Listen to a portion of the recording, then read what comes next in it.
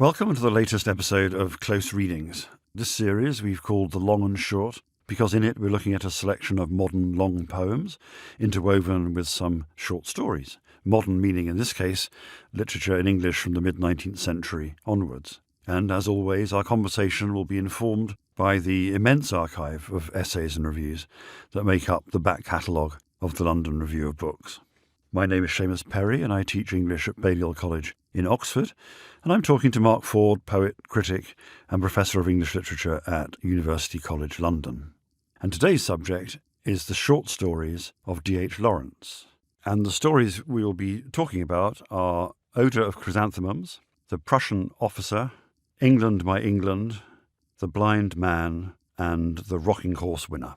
Now, Mark, Lawrence is an unusual author in the selection that we've chosen for this series, I suppose, because he's not only a great novelist, and that's true of James as well, of course, but also a poet. Where do you see his short stories fitting into his career as a whole? I think he does things in the short stories that one doesn't find as much in the novels, that he uses the short stories in a way that connects with his compulsive imagination and interest in particular scenes in a way that he sort of loses touch with that in the novels, that he becomes something of a polemicist and becomes a kind of prophet figure.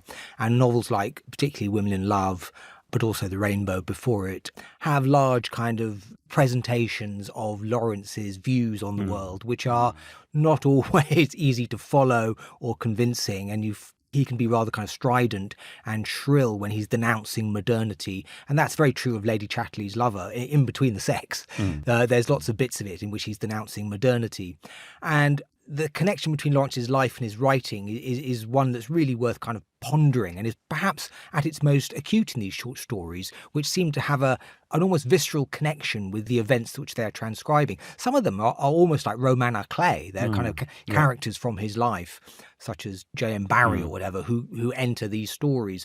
So there's a sense in which they're unencumbered or less encumbered by the philosophical baggage which Lawrence could bring to his longer prose fictions.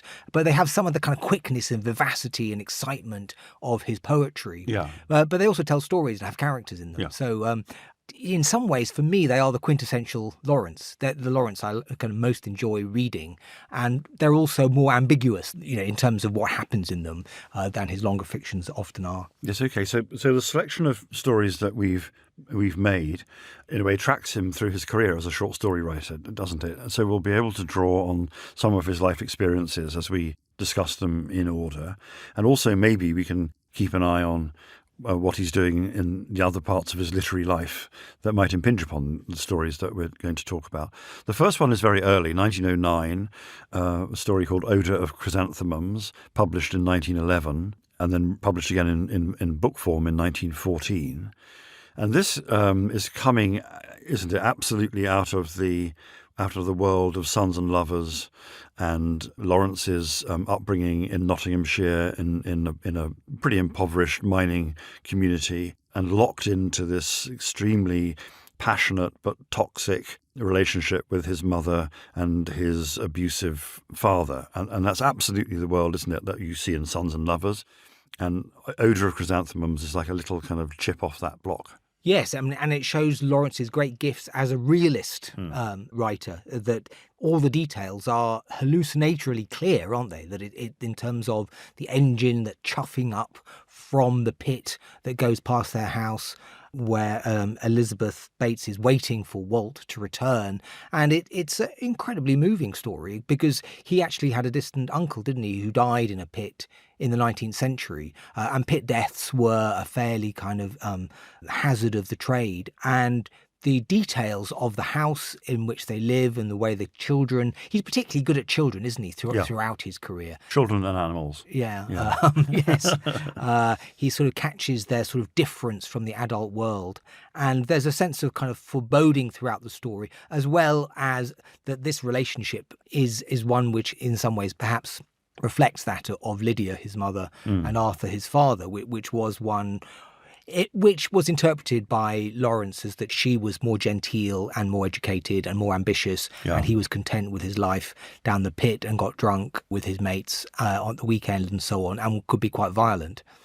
Yes, so it's realist in the sense that it's interested in class, isn't it, and social distinction in that sense. But it's also, although it's very embryonic at this stage, it's also very interested in ideas of sort of subterranean life energies that run underneath conscious or ordinary quotidian life, and these are the sorts of themes that are going to come into full flower, aren't they, in some of the later stories that we're going to look at. And it really showcases his descriptive gifts as well, particularly, I think, when the corpse is brought in and laid out. Yes, and they wash it. Yes. They wash it. Walt's mother is rocking and moaning, and she wakes up the kids. Lydia has to go upstairs to calm down the children and say there's nothing wrong, but you know that when they wake up the next morning, they'll find they're fatherless. And she is thinking, how can I survive on a pension? Will I have enough to live on?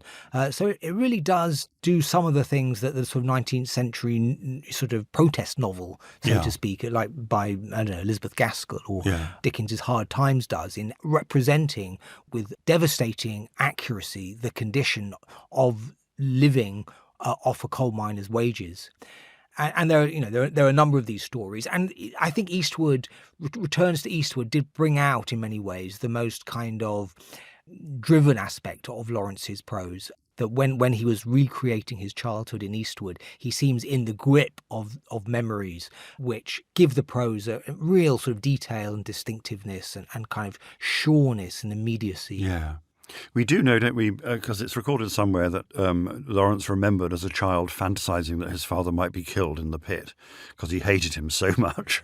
So the story has got that sort of fascination that it at once a piece of wish fulfillment, but at the same time a piece of kind of self-recrimination for having that wish in the first place. And I think that's something that's very powerful about it. Also, I absolutely take your point that it is set within a genre that we might think of as being realist. But we should also emphasize, shouldn't we, that even at this very early stage of his career as a short story writer, there's a very beautiful kind of poetic organization to the poem, particularly the way that, for example, chrysanthemums, as the title of the story might suggest, are so important in the choreography of the story. So the first sighting of the chrysanthemums when the mother kind of relents at having scolded her son in the yard, and in this sort of spontaneous act, which is never fully kind of psychologized for us as readers, she breaks off a twig with 2 or 3 wan flowers and held them against her face. And then she puts this little sprig of chrysanthemum flowers in her apron. And then as the story goes on, the flowers will recur, won't they, in different sorts of ways. And you realise that the story is being structured as a narrative, absolutely, but also in this much more kind of poetic way with the flowers recurring in different sorts of... Yes, she has them at her wedding, doesn't she? That's right. And there's a sort of lovely moment when, "Let me smell," said the child, still rapturously, coming forward and putting her face to her mother's waist. "Go along, silly," said the mother, turning up the lamp. Yes. The sense in which these chrysanthemums incarnate a sort of life of pleasure, a simple pleasure, as well as then having this symbolic resonance in relation to the way she understands her life and the different sort of stations of it. And there's a lovely moment, isn't there, when the body is put into the parlour, which is tiny because it's obviously it's a poor person's house. So you can just about, it is funny in a way. And I think one of the themes that we will be talking about is this very interesting comedy that Lawrence works into these stories. And this is a very, very grim kind of comedy about the body of the dead miner just about fitting in the tiny, tiny parlour. There would be room to lay him down and to step round him. But as he's being brought into the parlour by 2 of his fellow workmates from the pit, one of the men knocks off a vase of chrysanthemums. So it's like a kind of accident. And Lawrence writes, "He stared awkwardly, then they set down the stretcher. Elizabeth did not look at her husband. As soon as she could get into the room, she went and picked up the broken vase and the flowers." And it's such a beautifully kind of understated bit of poetic symbolism, isn't it, about her feelings about the husband and the relationship and the whole disaster of the marriage and everything else. Yes. And I love the way that the manager speaks this kind of better language in their gym and sort of gets cross and tells the men off. "Lay the stretcher at the side," snapped the manager. "Put him on the cloths. Mine now, look you now." The kind of the hierarchy of the... And the men are so kind of awkward as they bring the body in.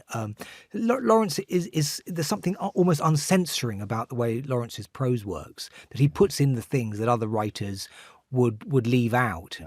And there's a kind of fullness. And you do feel when he's writing that he is in the grip of a sort of demon that's driving the prose. And although he revised endlessly, and he revised this story, he revised most things in a kind of compulsive way, there is none of that Flaubertian sense of the mot juste or trying to find a perfect sentence. No, exactly. I think that's what excites people about Lawrence's prose. Especially, I mean, I don't know about you. When did you first read Lawrence? I suppose it's sixth form. Sixth maybe? form, yes. Yeah. I mean, in people of our generation read Lawrence in their teens. Yes, you started with Lady Chatterley's Lover and then worked backwards, so to speak. I remember reading Love Among the Haystacks and Ode of Chrysanthemums, and feeling that he had a sort of was able to reach places that no other writer reached. Yeah. That Blake, I suppose, was the only similarly kind of uninhibited writer who seemed to have an ability to connect with one's own most kind of I suppose almost anti-literary or anti-institutional forces, that there was a sense that Lawrence was putting you in touch. This is partly reading him, I guess, through F.R. Leavis. He put you in touch with life with a capital L. Yeah. Life with a capital L in some kind of fundamental way. Thanks for listening to this extract from The Long and Short, a close reading series from the London Review of Books. To listen to the full episodes and all our other close reading series, sign up to our close reading subscription. Go to lrb.me/close readings or click on the link in the description.